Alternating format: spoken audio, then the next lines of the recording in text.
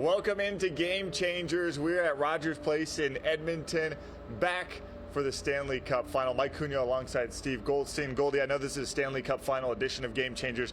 Honestly, these have been a lot of fun, but I hope this is the last one, because that would mean the Panthers would have wrapped up this series. Goldie, they're up 3-0 in the Stanley Cup final. Uncharted territory for the Cats. I know I slept like a baby last night. How do you think these guys are handling all that's going on around them? I think they're handling it the same way they have all year. I know it sounds cliche, but Matthew Tkachuk was really serious this morning. They literally take it day by day. They've gone through this during the playoffs.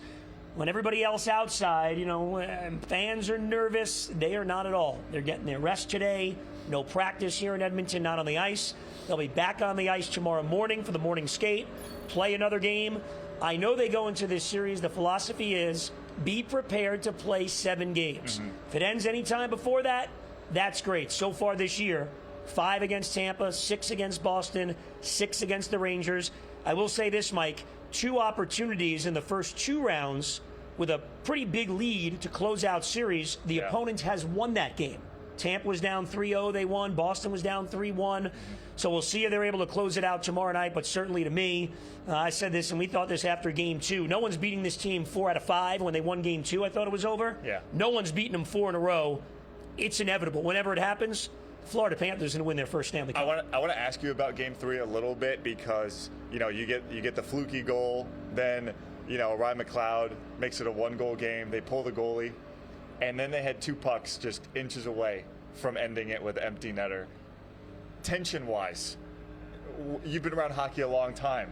Where does that rank when you're that close and it seems like all of a sudden the breaks aren't going your way anymore? Well, to be honest with you, when Bobrovsky made the great save on McLeod at 4-3, that was an incredible save. Pretty confident, because this team is the best third-period team in hockey, and they're the best defensive team.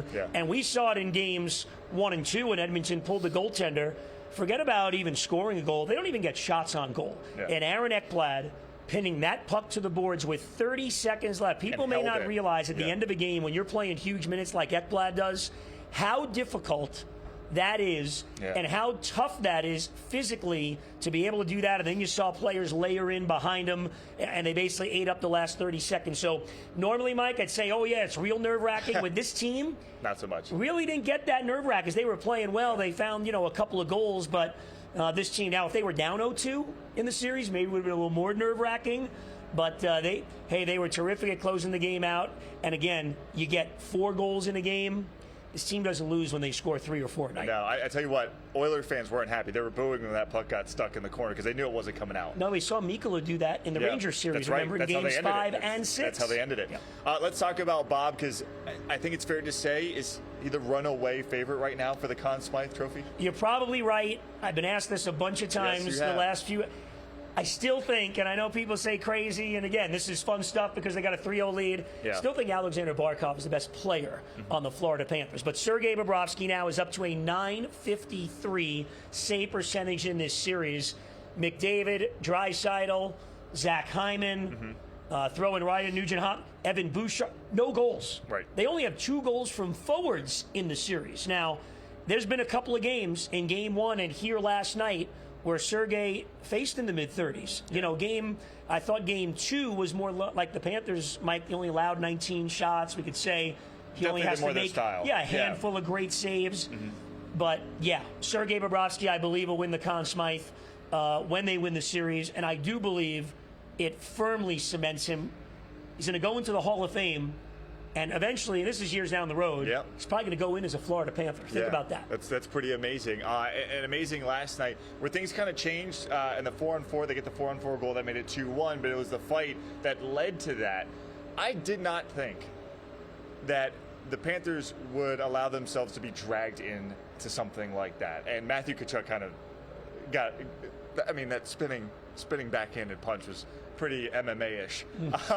But were you surprised to see that maybe for a brief moment they lost their cool a little bit? Not too much, because, you go after one, you go after everybody. And again, during these playoffs, and really this season, they've had an attitude change. The Panthers don't start. People may not believe this outside of South Florida. Don't watch them. They don't start a lot of stuff. Matthew Tkachuk doesn't start stuff.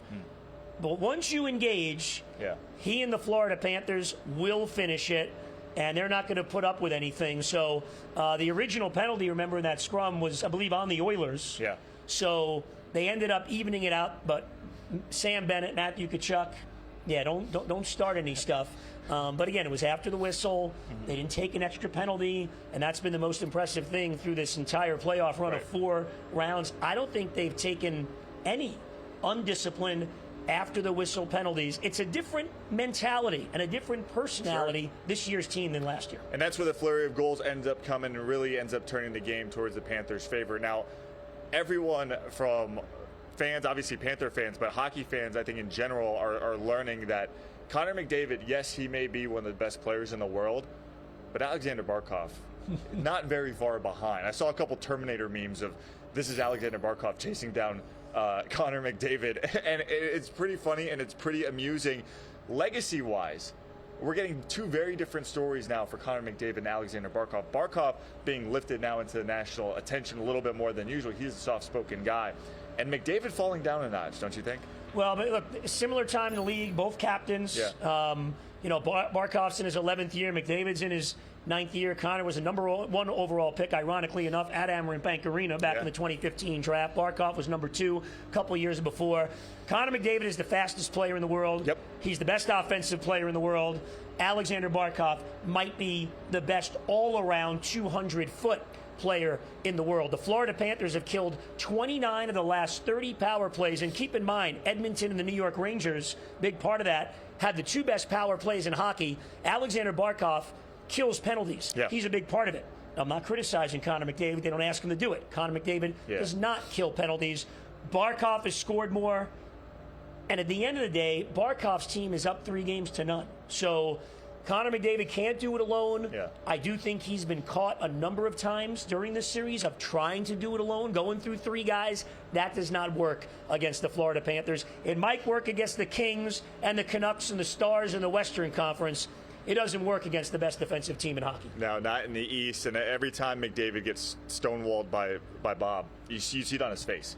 He's shaking his head. He and Leon Draisaitl have not had, it's a great point you bring up, Mike, have not had great body language of the idea of, okay, he's going to make saves, just keep on going. You see the heads go up, and you see the heads go down. You're right. Yeah, it's not pretty right now for the Oilers. I talked to some fans today. They're losing hope. We still got more to come on Game Changers. Keep breaking this down, and including talk a little about Bill Zito, where the Panthers fans, where they're coming from, how they're getting here, all the excitement around the Stanley Cup. We'll keep that chat going next on Game Changers. Game Changers Stanley Cup Final Edition is sponsored by your Volkswagen dealers of South Florida. Check out local offers at VWFlorida.com.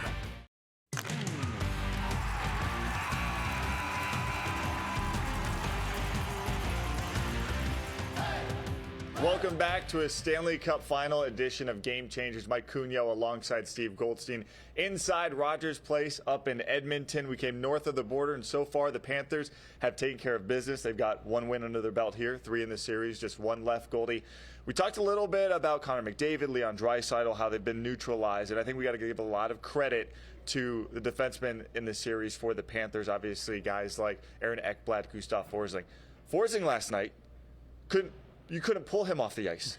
Amazing. My question to you is, how much of that is him and how much of that is Paul Maurice keeping him out there? Does Forsling say, no, I'm good, I'm staying on, I'm not coming off? No, it's a combination of the two. Look, every time they do fitness tests, and the Panthers, with all the talk, Mike, let's just go back to them leaving the day before the game, getting in 2 hours later. That's all over with because they had a great game and they won the game. But they measure everything. They spend a lot of time, a lot of money, and a lot of effort into sports science, this team does. And every time they do a fitness test and they do a tracking, which they track a lot, Gustav Forsling is in incredible shape.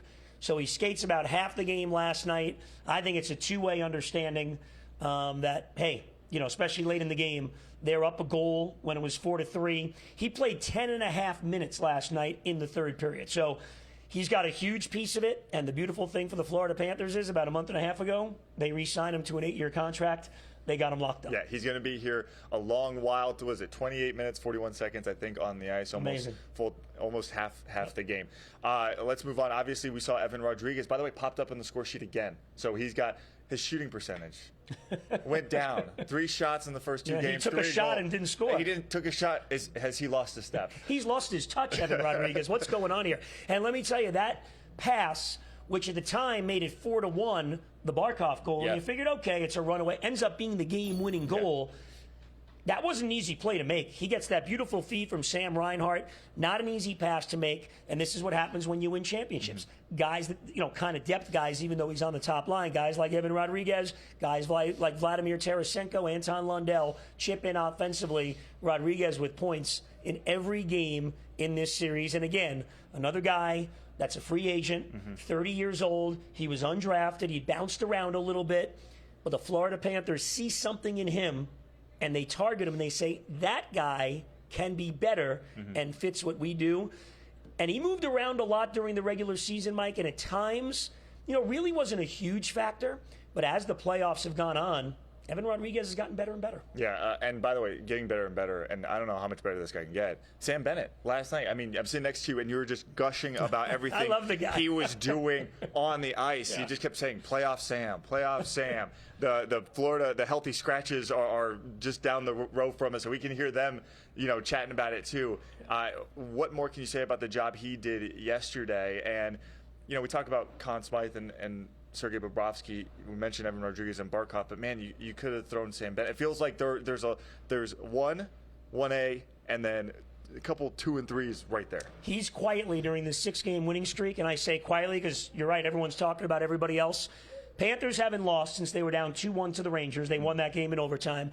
Sam Bennett has points in every game. Yeah. He's scored some big goals, and he is just a miserable human being to play against if you are the opposing center, because every single time he's got a chance to put the body on you, he does. He is built for the playoffs. He's a playoff kind of player. He plays that way in the regular season, and he, as much as anybody, of the style the Florida Panthers play, is responsible for the culture of this team. I think a lot of it goes under the radar, but in he and Barkov and that 1-2 punch, who would have thought this sitting here the night before, game number 4 of this Cup final, that Barkov and Bennett, probably by a fairly wide margin right now, are outplaying Connor McDavid and Leon Draisaitl. Bennett and Tkachuk as well, because Tkachuk set Bennett up for that goal last night.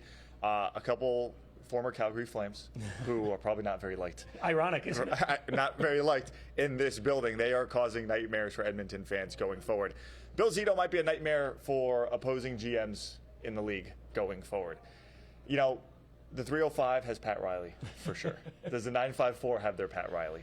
Well, they really should, if they don't already. But I do believe they do. I thought it was pretty ironic that the day of the Game 6 clincher, or the Game 1 against Edmonton, Bill Zito, crazy to me, finishes 3rd in GM of the year, but he hasn't won one yet. Right. And Nico Mikkola and Evan Rodriguez get those 3 goals against the Edmonton Oilers, guys that he picked up, guys that anybody could have had. The most impressive thing to me, besides, and you can go back to the Tkachuk trade and Bennett and Montour and all these guys they brought in, but the recognition. They make the Stanley Cup final a year ago. They do a deep dive and they dissect, okay, we lost to Vegas. Why? Yeah. They had a little more depth. They had a little more size. Our penalty kill needs to be a little bit better. So they go out and get more depth, including at the trade deadline in Tarasenko and Opozo. They get those 3 defensemen, Mikkola Kulikov and Kevin Stenlund, key parts of what's now an incredible penalty kill, 10 for 10 against the supposedly unstoppable power play. Wild. Yeah, Zito. Go back to the Rangers series. And too. Zito and that entire staff. And the other thing, Bill Zito's so secure, I think, in his own skin, that he's got former general managers in the league like Rick Dudley, Paul Fenton under him, Roberto Luongo is in there, 3 separate assistant general managers. Roberto Luongo is in the room with Brian McCabe, personnel guy. You've got a group of, 8 up to a dozen seasoned NHL executives. So when they analyze a player, Mike, no stones unturned. You mentioned he hasn't won GM of the year. Eric Spoelstra hasn't won Coach of the Year either. There you go. And it's amazing. Hey, you win trophies. None of that matters. All right, still to come on Game Changers. We're going to talk about the Panther You're fans. going to win Host of the Year. I don't think so. That's a bad thing. Then we're not winning championships. Talk about the fans. They made the trek out here. We've got to show them some love next on Game Changers.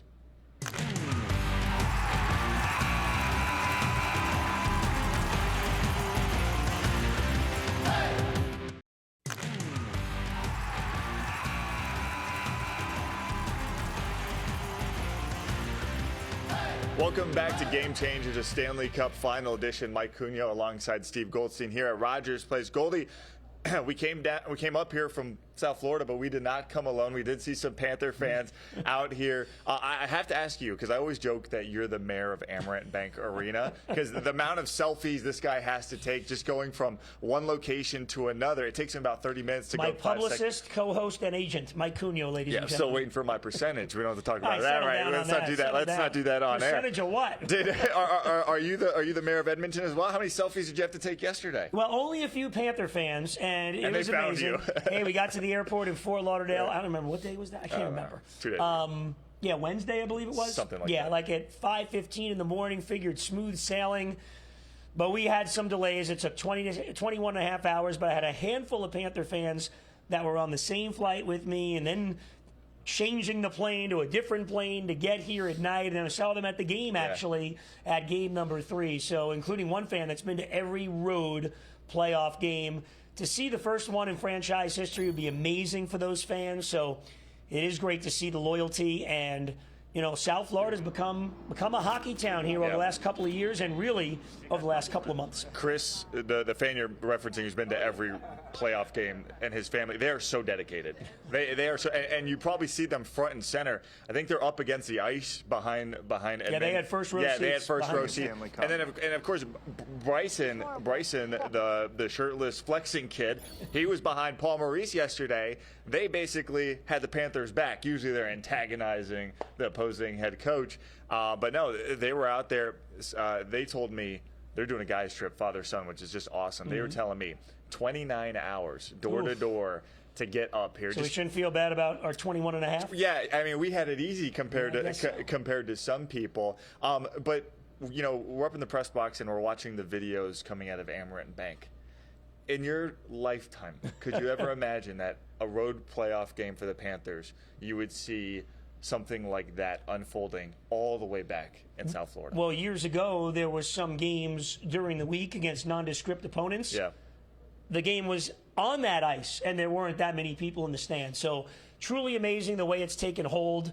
I think it's a team that not only wins, but they're a fun team to watch. Yeah. You know, they get a little mean, they get a little nasty, they score goals. Obviously, the Bobby chants have been epic. It reminds me of the early days of the franchise with the Beezer chants back at the Miami Arena.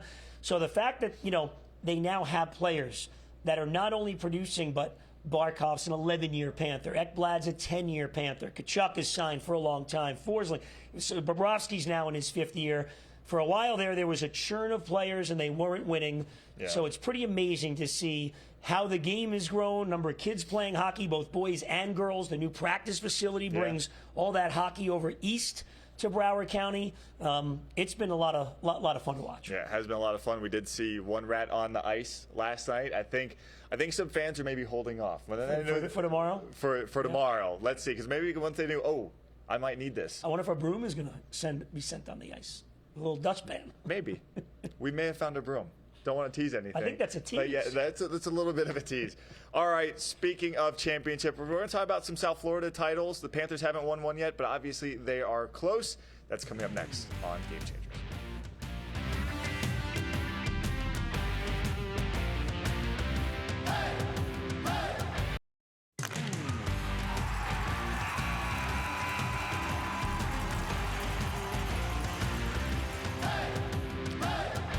Welcome back to Game Changers, a Stanley Cup Final Edition. We're wrapping things up here from Rogers Place.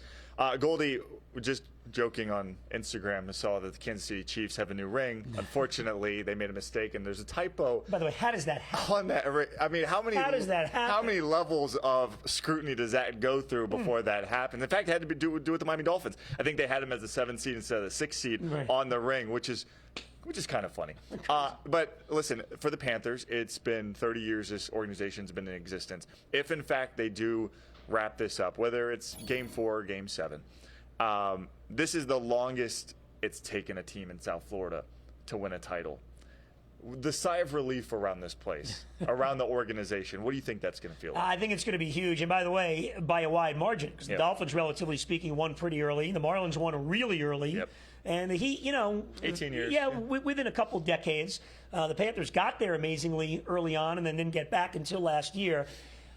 I think it's huge for the franchise. I also think it's big from the hockey standpoint because, as we know, when you win, players get paid because they're successful. And no team ever looks the same. Yeah. And in a sport with a salary cap, it's by design you won't look the same. So I'm not going to say they have to win one more game to get it done because then the window is closed. That's not the case. They got their key guys still signed. They'll all be back. But 30 years is a long time. And I think it would be great. Remember, a few different owners they've gone through, and the current ownership has put a lot of money into this. They've been a cap team right from the beginning. So it'd be nice and ironic in the 30th anniversary season to finally win that Stanley Cup. One of my favorite things going on social media, and I think the sports conversation landscape right now, is people complaining about Florida and the state income tax, and that's why good players are coming down here. Well, the Jaguars, Buccaneers, and Dolphins don't win the Super Bowl every year, so that theory is kind of ridiculous to me, plus Texas, Tennessee. Nevada, they all don't have tax, although the Vegas Golden Knights won it last year. So. Be mad about the sunshine. That's what I would say. All right, Goldie, we'll be here tomorrow night. This will be fun. Just give me the call, Cunio. Are they lifting the cup tomorrow night on this ice? Yes or no? They are lifting the cup here in Edmonton. What do you say? It's coming home, but it's coming home tomorrow. I'm going to say we got a Game 5 Tuesday night in Sunrise. How's that? Maybe because I want them to win it at home. I'm saying that, but no faith. It's hard to sweep. I asked. By the way, I asked the questions here. That's true. I turned the tables back. No sweep since 1998 in the Stanley Cup playoffs. It's been more than 25 years. Oh, it's going to happen. All right, everyone, enjoy Game 4. Hopefully the Cats wrap it up. Thanks for joining us here on another Stanley Cup edition of Game Changers. We'll see you next time.